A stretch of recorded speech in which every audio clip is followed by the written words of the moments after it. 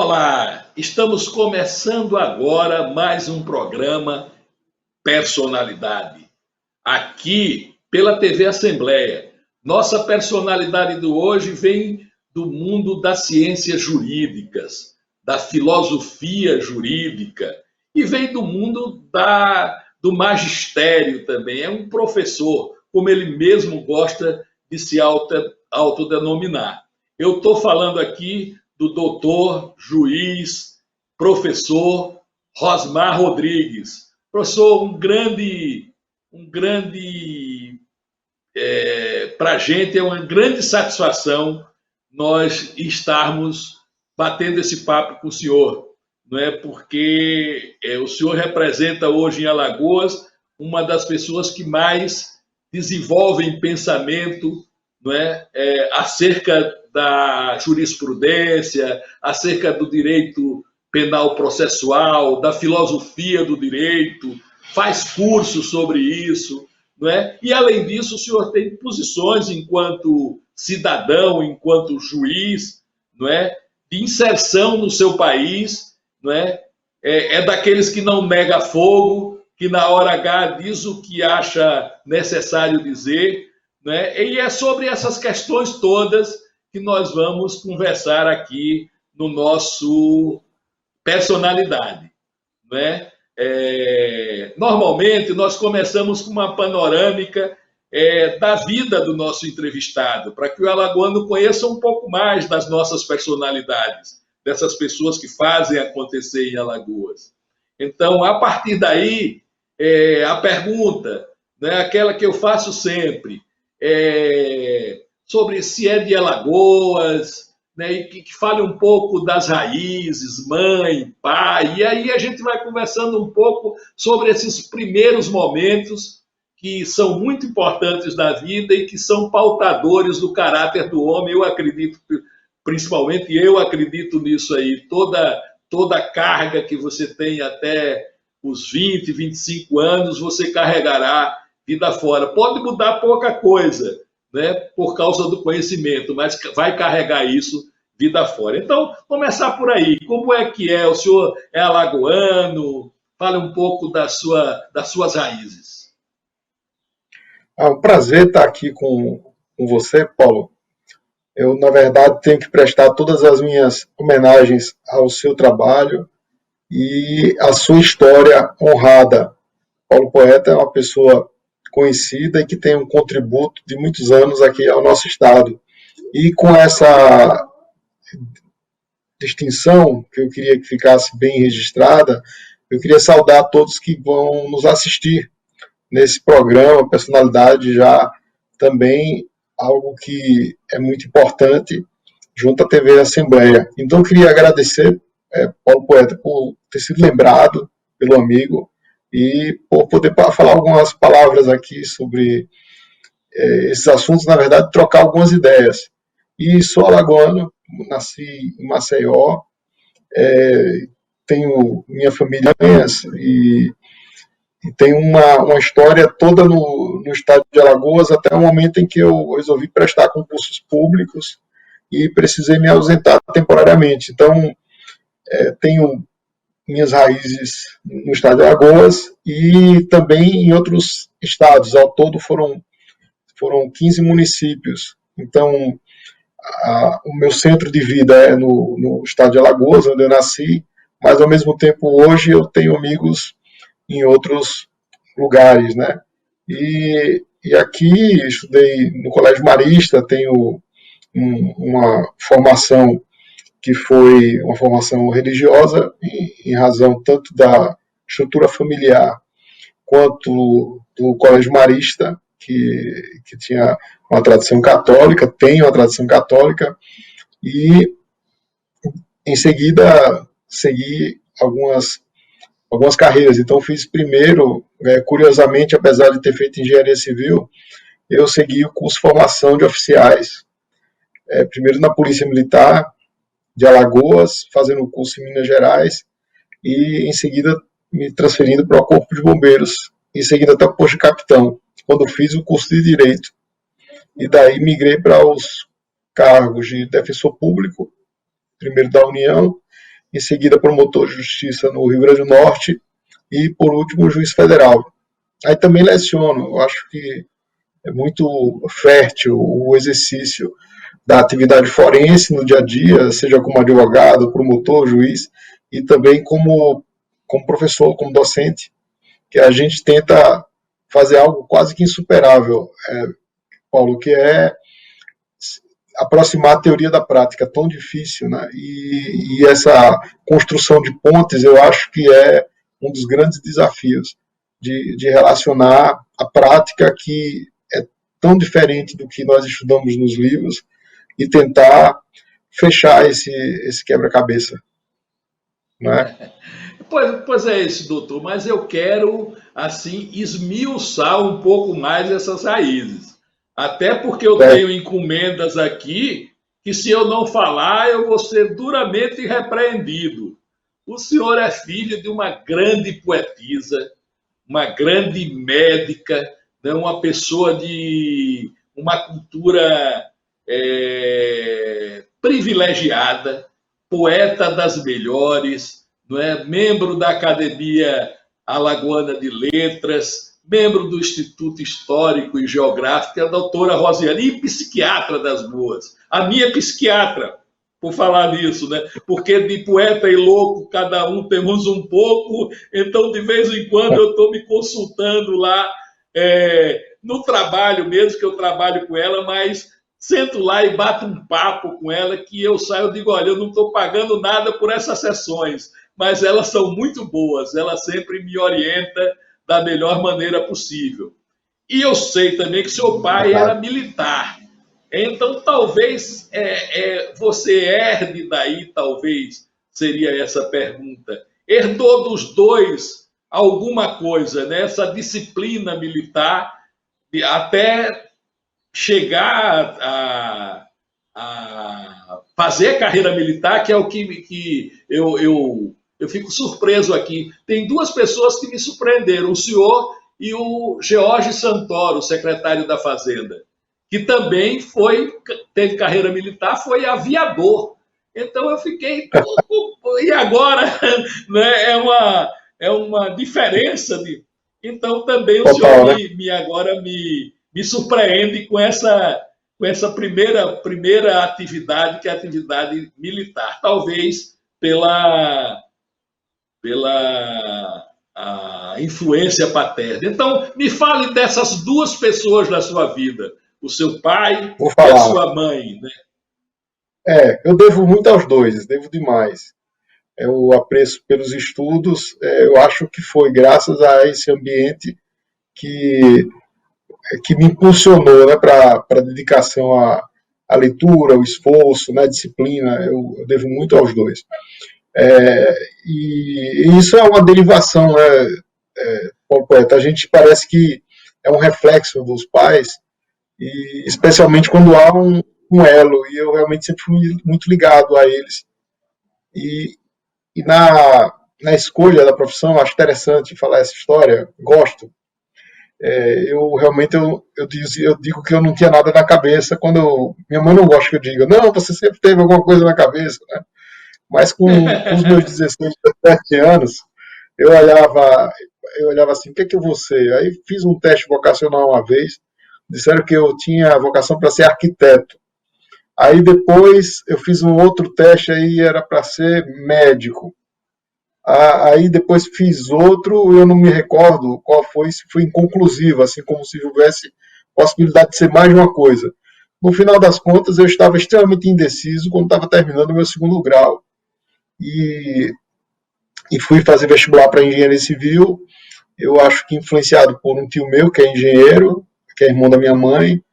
E meu pai disse, faça por experiência, para militar, né? Aí eu fui, fiz, e fui aprovado. E como era por experiência, eu realmente não tinha interesse nenhum de seguir a carreira militar. E quando eu mencionava isso para ele me dizia, olha, não estou te obrigando, mas aí dizia alguma expressão que era importante, né?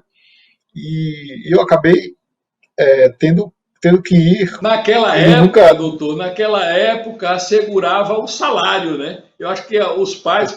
Meu pai também É, era e militar, então tinha. ele se preocupava É, muito com o salário. Não, o salário que você vai ganhar ali, depois você vê o o que meu pai sempre faz. disse isso. Né?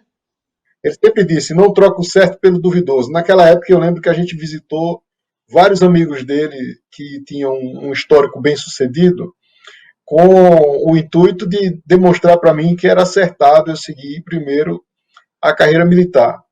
E acaba que eu sou muito grato a ele também por isso, porque eu acabei que tive condições de, na Academia de Polícia Militar Mineira, tinha muitas disciplinas jurídicas, e eu comecei a gostar. E já saí de lá pronto para fazer o vestibular para o FAO assim que voltasse para o estado de Alagoas. E, então, assim, essa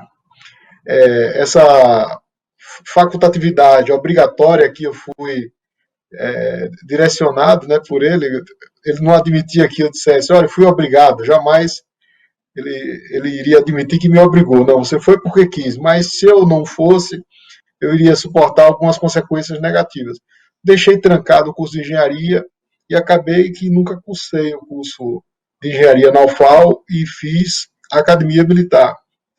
Acabou que ele também se surpreendeu, porque eu não tinha nada que parecesse com alguém apto ou que se amoldasse ao regime da época. Mas, quando eu cheguei lá, eu estudei como deveria agir. E isso eu devo muito também ao Luciano Antônio da Silva, que foi comandante da PM, Coronel Luciano. Ele escreveu, a pedido do meu pai, uma carta dizendo o que é que eu deveria ler. Eu simplesmente conheci todos os regulamentos e cumpri exatamente o que deveria fazer. Aí meu pai disse: eu me surpreendi como você se deu bem na academia, porque talvez ele achasse que eu não ia me adaptar, dada a minha feição. Mas foi um período de muito aprendizado. E como eu entrei muito jovem, aos 17, eu fui praticamente obrigado a amadurecer junto de outras, né, pessoas. Ali você vê vários tipos de interesses, né, e você tem que se ajustar. Então, Sem querer lhe interromper, professor, já lhe interrompendo, como diz o outro gordo lá, né? O Jô Soares, eu vou fazer essa interrupção assim, para saber o seguinte. Então, eu vejo no senhor e vejo no George Santoro, que eu entrevistei lá atrás, uma aprovação do estudo na academia militar, sobretudo pela questão do foco e da disciplina. O militar, a carreira militar, realmente confere essas duas coisas. Meu pai dizia isso também. Você precisa fazer uma academia militar para ficar mais disciplinado. Então, realmente é uma coisa que os militares prezam muito, né? Horários, toda essa hierarquia, então isso lhe ajudou um pouco na vida, lhe trouxe alguma ajuda na sua vida posterior? eu acho que eu aproveitei muito bem aquele tempo, né? Assim, eu enxergo na academia, eu tinha uma paixão pelo que faço. Ainda hoje eu tenho algumas paixões pelo que faço, né? E lá, naquela época, eu me apaixonei pela disciplina em termos de perceber que era tudo ordenado. Então, realmente gostava de ver uma gama de disciplinas que eu precisava dar conta, responder provas e seguir adiante e cumprir os horários. Era algo assim desafiante e eu realmente aproveitei bastante. Talvez por isso tenha sido proveitoso para mim, sabe, Paulo?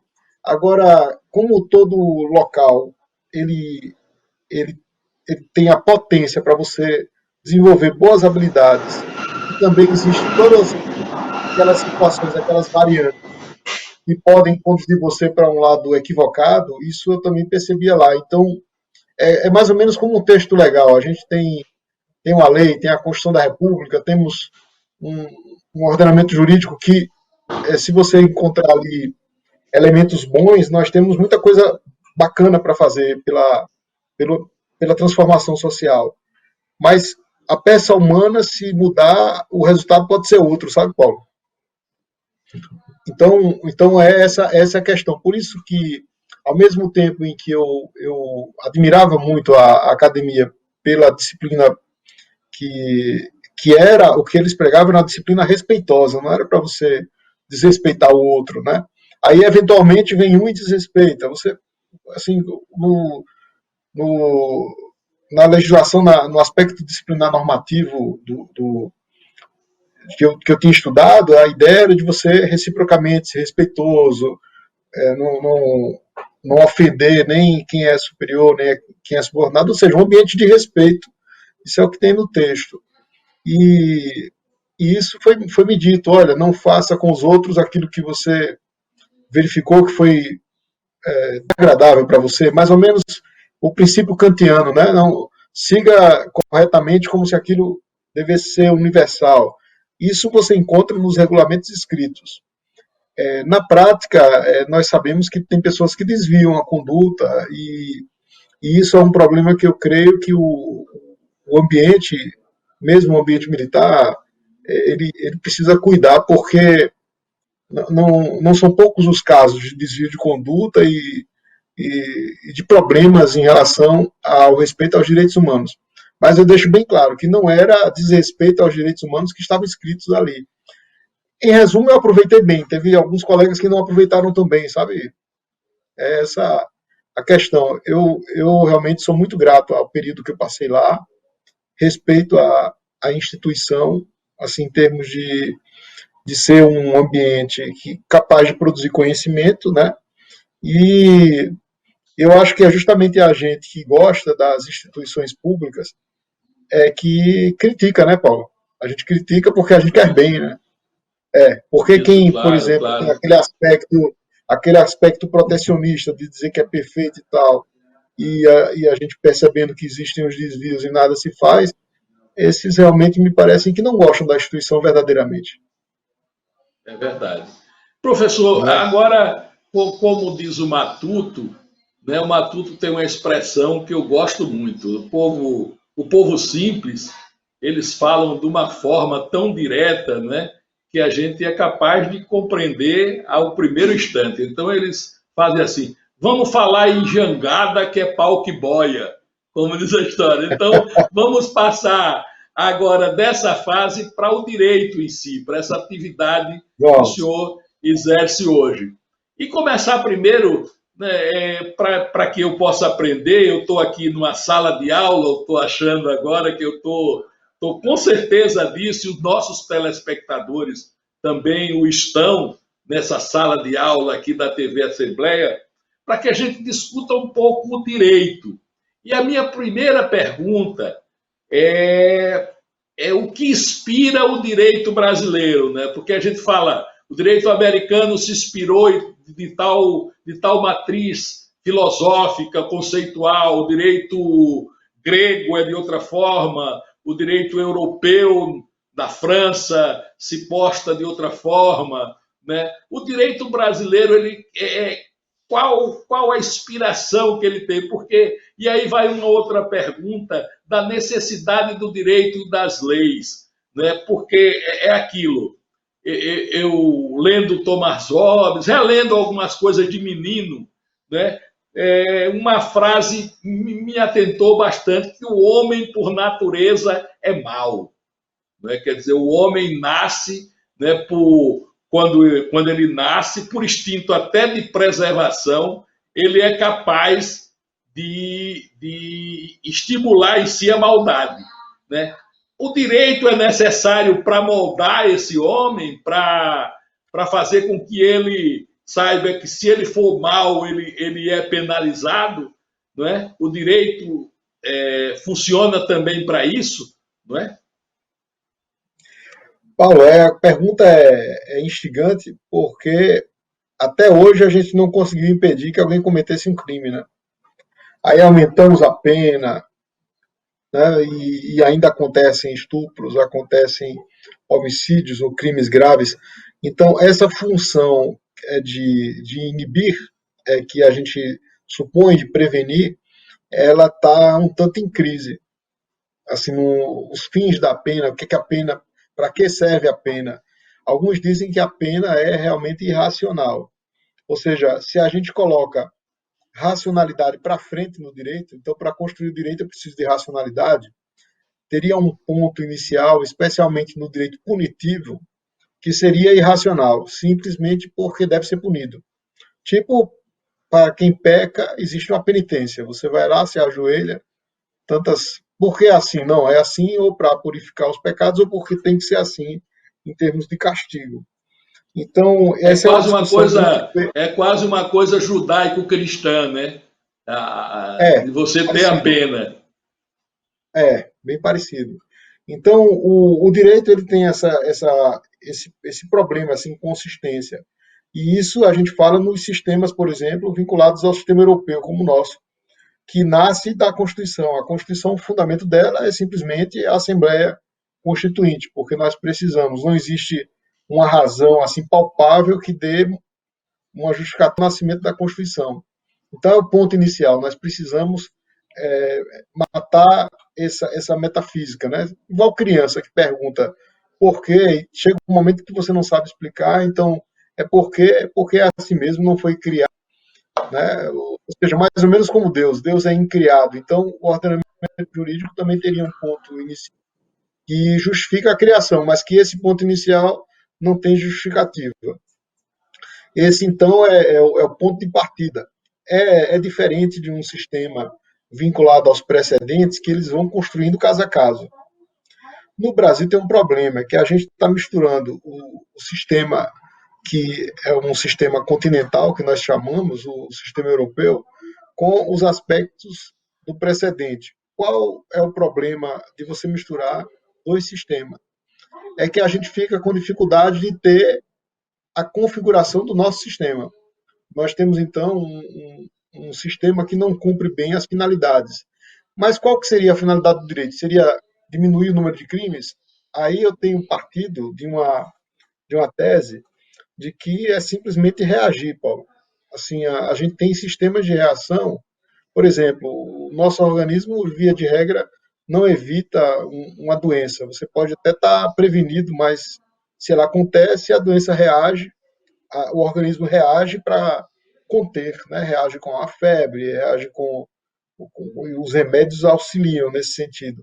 Então, assim também parece o funcionamento do sistema com o objetivo de dar resposta e não muito bem de evitar o crime, né? Aí muitas das vezes a gente percebe uma sede de vingança, aqueles crimes que nos ofendem, né? Que a gente se sente ofendido com eles, a gente não quer esse cara castigado, preso e, se possível, morto, etc. Aquele espírito vingativo que é do senso comum. Isso é uma expressão de baixa civilização da humanidade ainda. Porque nós não trazemos de volta, por exemplo, a pessoa que faleceu. E a gente só causa mais dor com o direito. Então, o direito seria aquela solução que coloca no meio de uma grande tragédia. Nós precisamos de alternativas. Qual é a alternativa capaz de reduzir danos e melhorar a civilização? Então, o espaço do direito seria aquele espaço onde as pessoas colidem uma com a outra, né? Os interesses. Então, dizem que quando aparece uma pessoa na ilha, você era sozinho. Aparece, aí precisa de regra. Né? Peraí que tem mais alguém aqui, as liberdades elas se interferem. Então, de certa maneira, aquela função sonhada por quem começa o estudo jurídico, né, é um tanto frustrante, porque você não vai impedir a, a realidade, né, o devir não é impedido pelo direito. Se tiver alguma função de controle, de adaptação social, até o professor Marcos Bernardes Melo, que eu gosto de falar desse tema, ele expõe de maneira bem detalhada no livro dele, Teoria do Fato Jurídico, a adaptação social, ela ela acontece, mas é algo como se fosse um contributo, né? Como se fosse um coadjuvando, mas ela não garante que a pessoa não vai se adaptar, né? Então, existe uma liberdade que você não evita, ou seja, a questão da necessidade ou da acidentalidade. O acidente você não evita. Você pode, sim, controlar o acidente com respostas, mas é um controle para o futuro, né?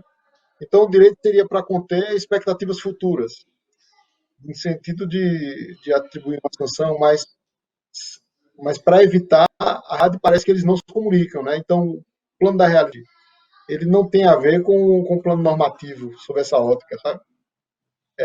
São planos distintos, né? Mas é algo muito E controvertido.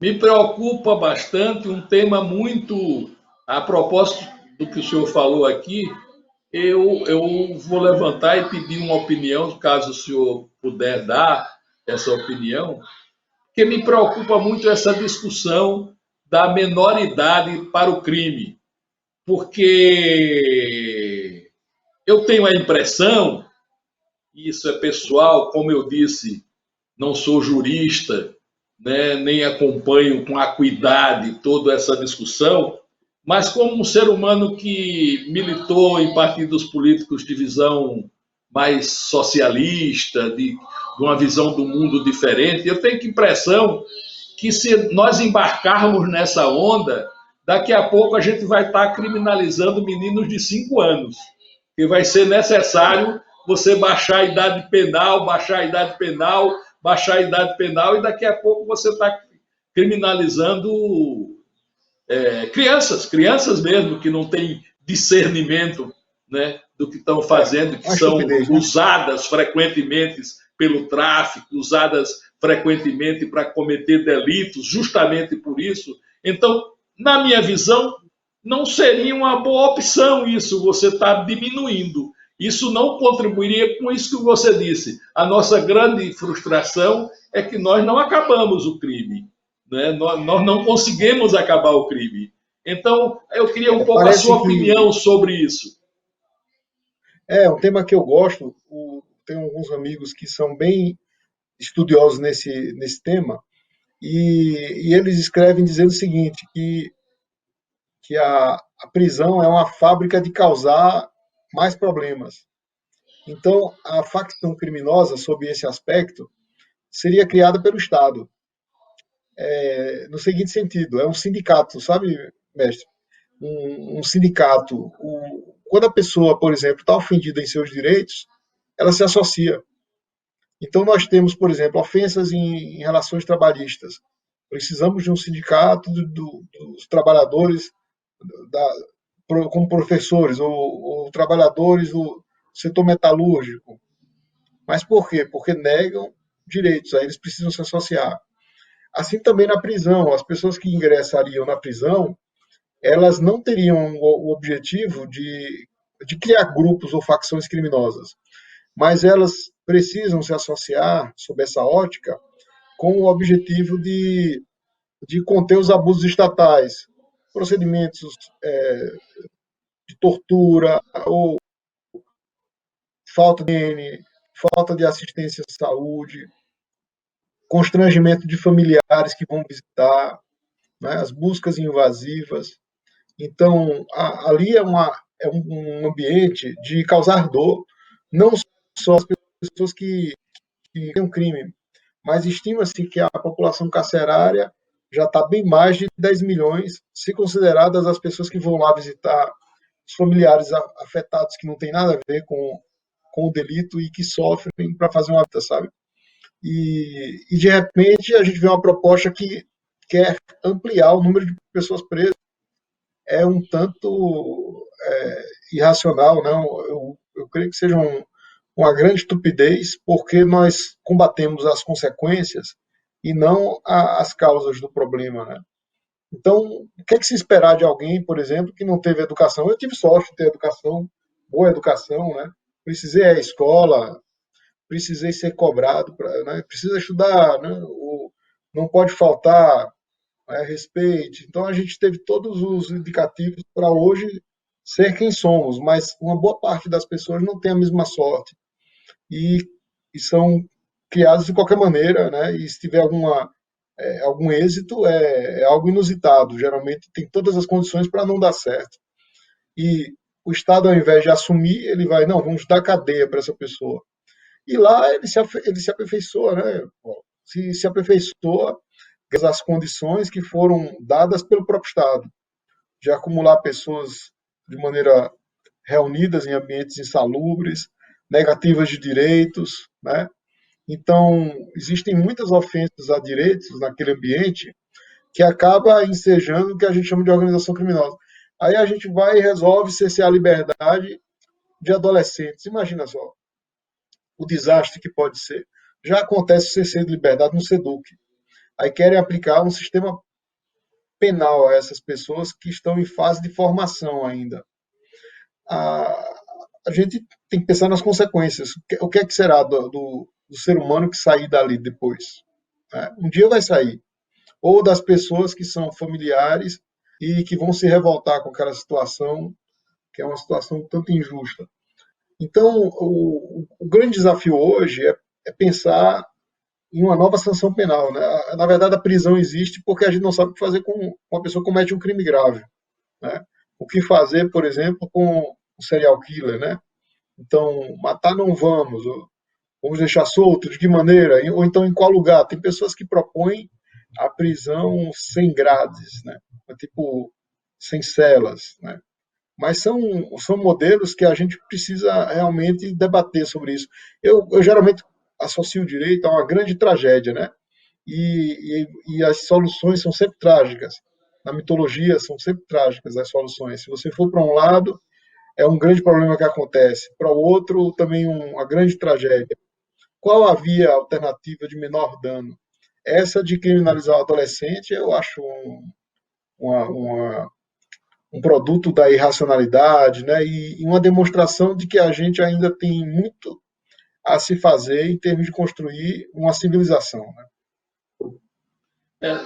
Doutor Rosmar, professor Rosmar, como o senhor mesmo Eu gosto, disse que eu na verdade gosta. gosto de ser chamado de... É isso que eu não falei no começo, esse seu prazer, né, de, claro, qualquer um pela imponência do cargo, né, aquilo que ele representa, não, eu sou um juiz de direito, né, diria assim, eu sou um juiz de direito, mas o senhor tem essa assim uma ligeira predileção a ser chamado de um professor, né? Isso é uma atividade que o senhor vem desenvolvendo muito ultimamente. Então, para depois a gente entrar em assuntos mais complicados, qual o prazer que isso lhe dá hoje, né, de o seu curso de direito penal processual? É isso? Falei certo? Falou, Direito processual penal, direito. Curso de processo penal. O seu livro, você está com ele aí para a gente dar uma mostrada? Aquele que é o best-seller, como diz a história, né? Esse aqui é o Esse mais livro novo. aí é o mais novo, né? O curso de Isso, processo penal em conformidade com a teoria do direito. Isso.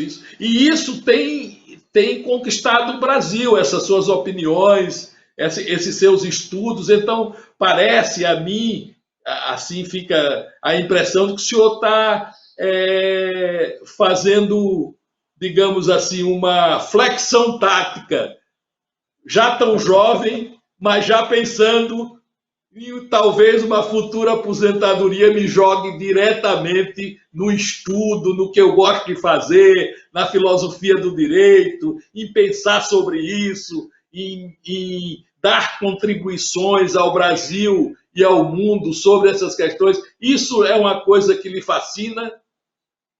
Eu gosto muito de estudar e de escrever. Como a gente também tem outras atividades, né? Então precisa de uma disciplina para conseguir dar conta de estudar um pouco todo dia, escrever um pouco, né, quando é possível. Mas eu acho que o bacana que tem me chamado a atenção hoje é a percepção das articulações de conteúdos de conhecimento e a potência que isso pode dar. Você identificar os pontos comuns em alguns assuntos, perceber que aquilo pode ser objeto de potência e de otimização dos resultados. Então, por exemplo, conseguir organizar um assunto extremamente desorganizado, que é o direito processual penal. A gente tem um material ainda muito rudimentar se for comparar com o direito civil. O direito civil é tudo arrumadinho desde os romanos. Eles construíram a jurisprudência, que é com o sentido de ciência, eles davam esse sentido. Então, o direito processual penal ainda estaria numa fase rudimentar em termos de ciência. Então, eu peguei, sabe, mestre, e fiz o seguinte: eu saí relacionando os fundos, encontrei 6 eixos centrais para trabalhar os conteúdos de processo penal em 2 partes, uma estática e outra dinâmica. E, em relação aos conteúdos que eram sempre estudados de maneira tradicional, eu propus uma introdução à análise deles, decompondo os seus elementos e aplicando a jurisprudência. Ao final, o índice remissivo não só dos assuntos, temos índice remissivo dos assuntos, das palavras destacadas no texto. Ficou bem legal. E sou muito grato à editora que me ajudou nessa empreitada, porque paginar não é coisa simples. A editora deu um apoio muito importante à obra, senão ela não sairia dessa maneira. E um índice de artigos, que eu lembro de um livro do professor José Carlos Barbosa Moreira, um professor antigo do Rio, já falecido. Ele tinha um índice de artigos, e quando eu fui estudar o livro dele, eu percebi que as proposições que ele colocava eram proposições muito sintéticas, e colocava entre parênteses o artigo. Era uma proposição sintética, mais rica. E o artigo era para você ir atrás do artigo. Aí eu peguei outro livro, do Humberto Teodoro, e li os dois em conjunto. Então, quando ele citava um artigo, eu ia para o código anotado e conferia e lia. Isso me deu uma percepção, uma ampliação de percepção, que eu sou muito grato à indicação daquela leitura na época. Então, a ideia foi realmente de fazer ciência no processo penal, colocar o conteúdo de maneira organizada, em termos de sistematização do caos, e, e também não sair da realidade, colocar a coisa considerando a realidade atual. Então, eu tentei adequar aos problemas digitais que a gente hoje fica bastante aflito, né? Estamos aqui juntos e ao mesmo tempo separados, então o espaço digital seria um espaço como se fosse, Paulo, uma realidade terrena em relação à realidade divina. Então, digamos que a realidade divina fosse a humanidade aqui na Terra. A realidade terrena é essa nova realidade que é a digital. Então, se a gente pode dizer que, para quem se filia a uma concepção de Platão, por exemplo, que a realidade da Terra é imperfeita e a de Deus é perfeita, né? Cidade perfeita e cidade imperfeita. Então, aqui a gente é uma imitação, para quem entende assim, tipo uma Matrix. A realidade digital é a Matrix da Matrix, sabe? E talvez com muitos problemas. Então, hoje, por exemplo, alguém pode ser capaz de construir um vídeo nosso falando coisas totalmente diferentes do que a gente já falou. Documentos que você pode conferir a autenticidade na internet e são documentos cujos dados são frios. Então, pode sequestrar seus dados, senhas e saber tudo da tua vida e tomar tudo seu e ainda cobrar dinheiro para você ter de volta, sabe? A realidade digital trouxe problemas de controle de pessoas, né? Hoje, sabem o nosso padrão de envelhecimento, aonde você está, pega o telefone, 14 minutos para chegar em casa. Eu disse, meu Deus, quem é que está me vigiando? Né? Então, né, é um negócio sério. É um negócio Esses sério. elementos, a gente tentou trabalhar considerando É que o um Big nosso código Brother, já é um total. Big Brother eterno, né? Eterno. Nós vivemos num Tem grande aplicativos que já te reality. localizam na rua, né? Você dá um zoom, ele te acha. Já existe isso, né? Ou seja, é uma liberdade vigiada. Você está cumprindo pena antes de cometer o crime, né? Porque se liberdade vigiada pode ser uma espécie de sanção, a gente pode imaginá-la como sanção, a gente já está nessa situação antes mesmo de cometer o delito, né? Um grande controle. Verdade. Aí esses elementos eu tentei ordenar, considerando que o nosso material legislativo já está bem envelhecido. O nosso código está completando 80 anos esse ano. Código de Processo Penal de 41. Então, é um trabalho bem mais difícil do que você sistematizar aquilo que já estava pronto, né, e muito bem feito pelos romanos, por exemplo. Mas eu acho que está sendo muito bacana. Eu realmente aprendi que a gente trabalhando, você pode ter prazer naquilo que está fazendo. Professor, além das aulas da universidade, o senhor oferece esses cursos, digamos, pelas mídias digitais, né? O senhor tem um, uma espécie de curso que possa, para atingir mais pessoas, dar o serviço, Isso. como a gente no jornalismo diz assim, o serviço agora, onde consegue entrar em contato com o curso, onde consegue o livro, um pouquinho desse É, serviço aí para a gente, que é um assunto tão importante, não é? o problema do. E eu acho até que, pelo que você colocou aí, professor, eu acho que, da forma como você falou, até leigos, né, curiosos, não diria leigos totalmente, mas curiosos podem ver o livro e entender alguma coisa, podem Entender. acessar algumas informações que estão ali. E conteúdos, mestre, aí é a área sua, né, que a gente tem todo o respeito e deferência, que é a da poesia, a gente trabalha com essas noções de língua portuguesa, sabe? Aplicada ao direito, porque é interessante como o direito depende tanto da linguagem escrita e escorreita para que não se cometam equívocos, né? Então a gente trabalha com isso também. Quanto ao curso digital, isso é uma novidade nossa. E novidade que a gente precisou também se adaptar, né? Porque a realidade digital de produtos é o teu livro falado em aula, sabe? Então, e algo que tem sido procurado cada vez mais pelos novos estudantes, eu só não gostaria que a leitura fosse suplantada. Eu sempre muito nessa tecla. E, inclusive, a leitura e a escrita não pode ser suplantada. A escrita cursiva, como já se tentou, né? Então, eu tive até uma aula um dia desse, aí o aluno disse, não, professor, eu não tenho mais caderno, eu faço tudo por mapa mental. O quê? Assim, desde quando você não tem caderno? Desde 2013, eu disse, minha Nossa Senhora, porque você acaba que deixa de aquecer um aspecto do seu raciocínio, né? Eu posso aquecer meu raciocínio com esses produtos digitais, por exemplo, o curso, eu realmente é, fazendo a experiência, né, de disponibilizar 50 vídeos com aulas detalhando cada um desses elementos e dessa maneira facilitando o acesso ao livro, mas que não seja suplantado os livros, né, que não sejam suplantados os livros. Essa é a ideia.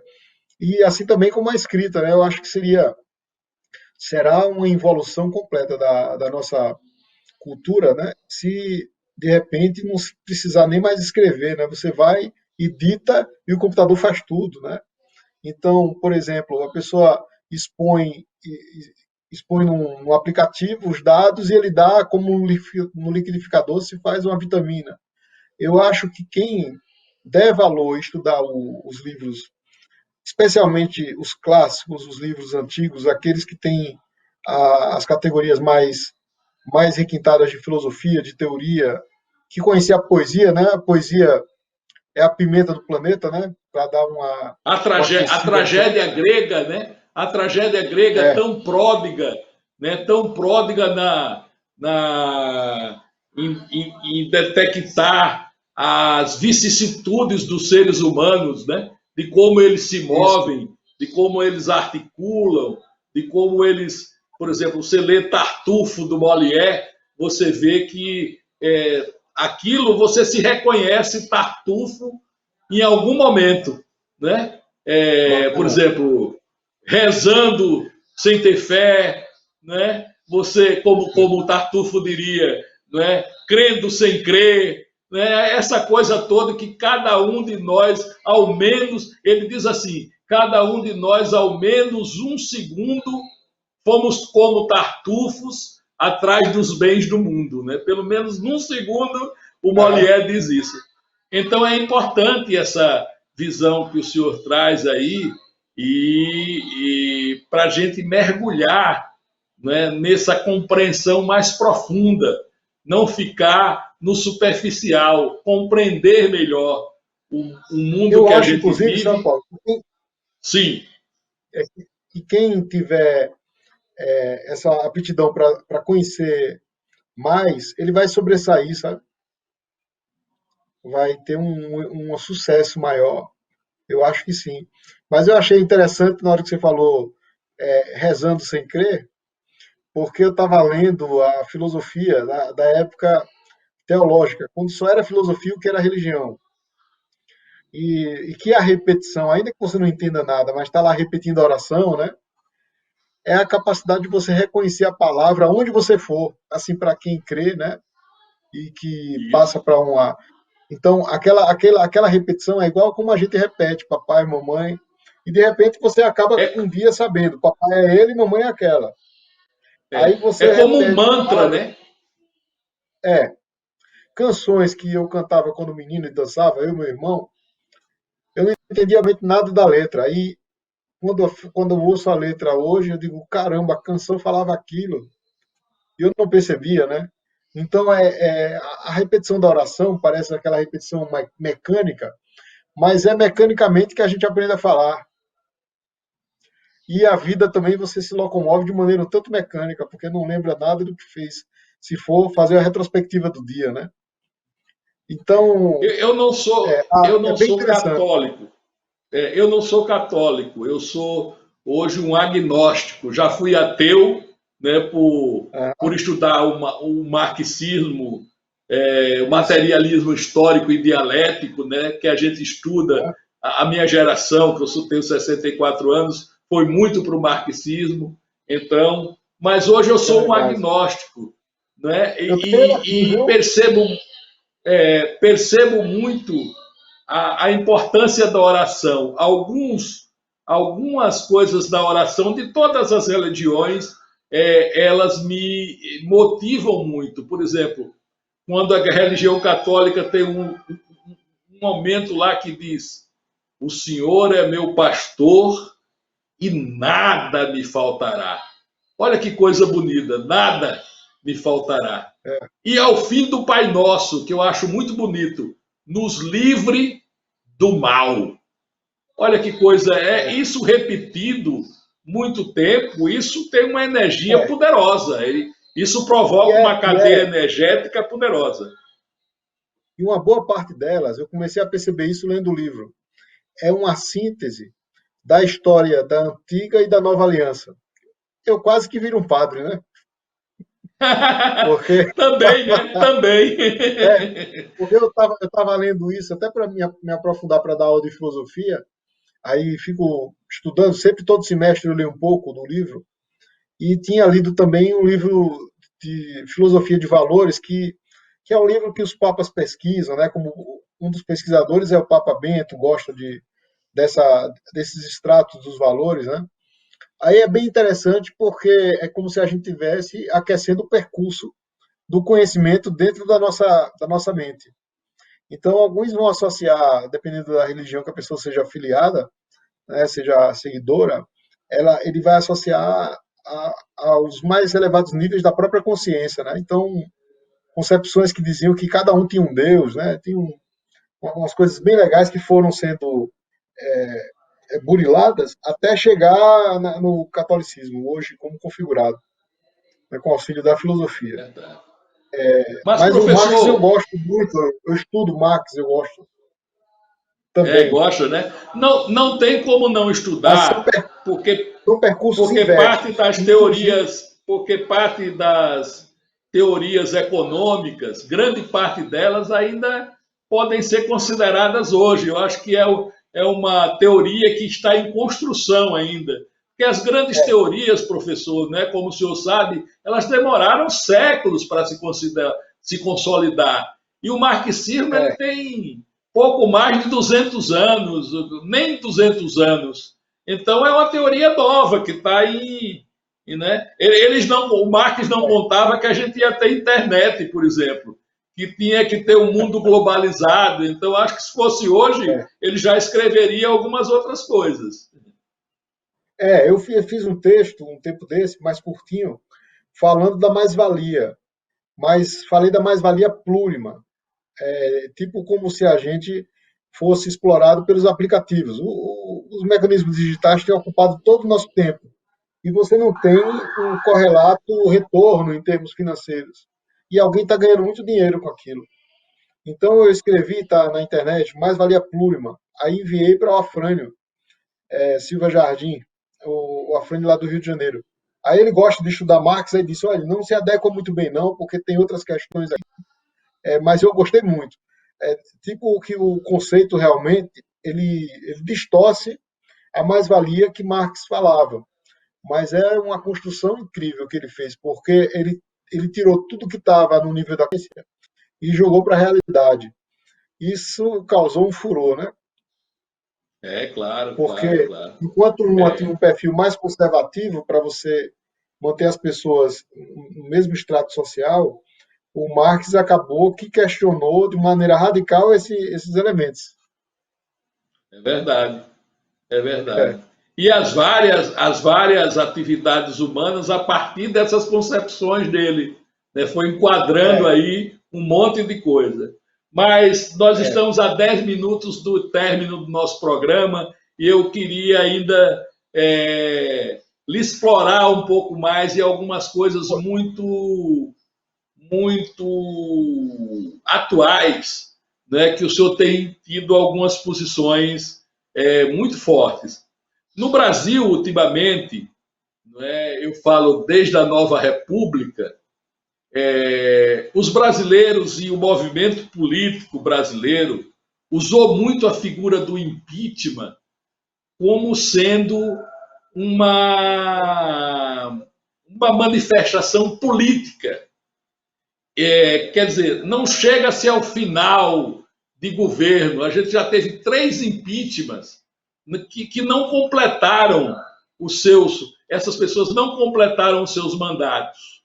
É, em outros países existe o parlamentarismo, né? Quando o governo não está prestando, muda o gabinete e tudo é resolvido. Ainda hoje aqui existe essa mania, por exemplo, estão pedindo de novo impeachment. Eu sou contra impeachment. Eu acho que as pessoas elegem, tem que ir até o fim, tá entendendo? E nas eleições decide se o cara é ruim ou bom.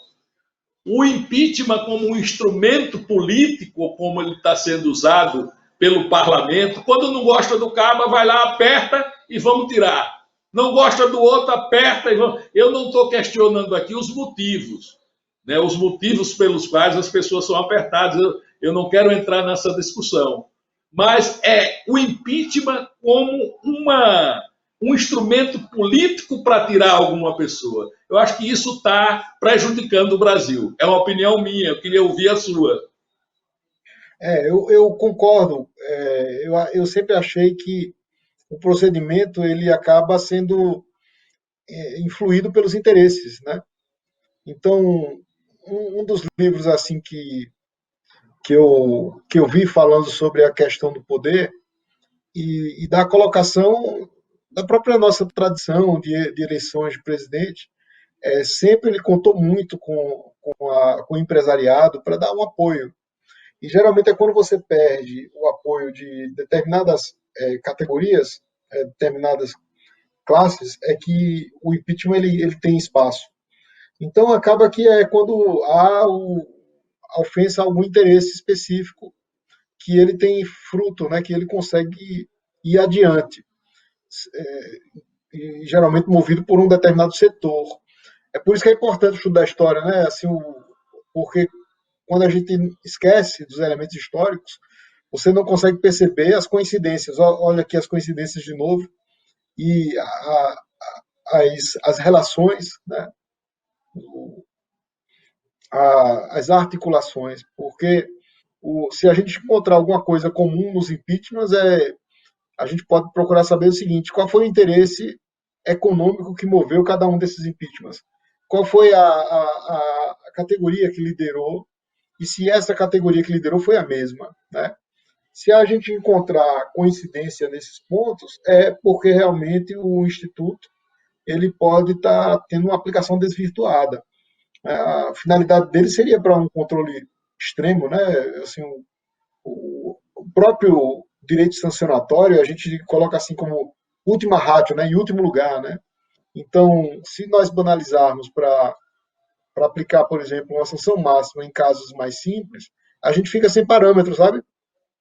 Porque tudo que acontecer deve ser impeachment. Essa é um problema de natureza funcional, né? Natureza pragmática, se excede. Por outro lado, sabe, o próprio nome indica a importação de outro país, a gente geralmente trouxe elementos de vários países e saímos montando a nossa Constituição. Você mencionou aqui o parlamentarismo, né? É a questão do sistema, né? As reações elas têm que ser aptas a manter o equilíbrio do sistema, sabe? E geralmente esses procedimentos eles têm nos causado muitos problemas depois, né? Para você reequilibrar. Então, quando o remédio utilizado para equilibrar o sistema é mais grave que a enfermidade, isso a gente pode ter consequências. Eu acho que a gente teve problemas para o regime democrático, sabe, mestre? Eu acho. É isso. Nós estamos agora encerrando, quase estamos com 56 minutos aqui da nossa 1 hora. E eu quero dizer assim que estou aprendendo ainda muito com essa sua entrevista. Espero que os nossos espectadores aprendam também e se sintam, sobretudo, motivados a aprender mais, a buscar conhecer mais desses temas que aqui a gente falou, que se existe uma coisa boa na internet, é que hoje a gente tem acesso fácil a isso. Só é buscar a informação correta, a gente vai ter lá e muita gente falando, a gente pode entrar na Sorbonne, por exemplo, hoje em dia, a gente pode entrar em várias universidades no mundo inteiro, né, que tem cursos para várias línguas e a gente aprender. Aprender sempre é bom, não é? Em qualquer momento. Quero agradecer muito essa sua entrevista, né? Eu sei como é difícil roubar um pouco do seu tempo, que já é bastante atribulado. Quero recomendar aqui o seu curso, só é procurar lá no Instagram do professor Rosmar, que você vai ver os detalhes para fazer o curso, né? Os detalhes do livro, onde adquire o livro também, como é que faz para ter, porque eu acho que os livros, como diria o Caetano, são objetos transcendentes, né? Mas podemos amá-los do amor tátil que votamos aos maços de cigarro. Eu tenho esse prazer tátil com os livros ainda, de pegá-los, né? Sentir o cheiro das páginas, o cheiro das tintas, né? Um amigo meu disse que o pai dizia: ô, livro bom, só pelo cheiro eu estou sentindo que é bom. Então, esse amor pelos livros é que tem que ser retomado, né? Para que a gente progrida com a internet também, mas que tenha uma base sólida para progredir. Então, deixo aqui, agradeço muito e deixo aqui para suas considerações finais nesse nosso programa. Mestre Paulo Poeta, eu quero dizer que eu estou muito feliz. Hoje é um dia de felicidade. O final do dia ter essa conversa extremamente agradável. Passamos 1 hora voando, né? E quero destacar aqui a minha admiração, o meu afeto por você. Eu acho que é uma afeição recíproca. Gosto do Paulo Poeta já desde sempre, gosto e quero bem. E parabenizar por esse programa, eu acho que é um grande sucesso. E quero também me colocar à disposição, né? Quando quiser me convidar, a hora que quiser, eu venho só para estar junto. Ou se não for um programa, para a gente compartilhar, depois que passar a pandemia, a gente compartilhar um café e dialogar. Então, e trocar um abraço, trocar um abraço, sobretudo. Né? Um abraço, né? Aqui fica o meu abraço virtual Um beijo no coração e desejo aí muita saúde e felicidade. Muito, muito grato, viu? Felicidades. A gente é que tem a agradecer e vamos ficando por aqui, minha gente, com mais um programa Personalidade. Assistam às nossas reexibições. Um beijo no coração de todos.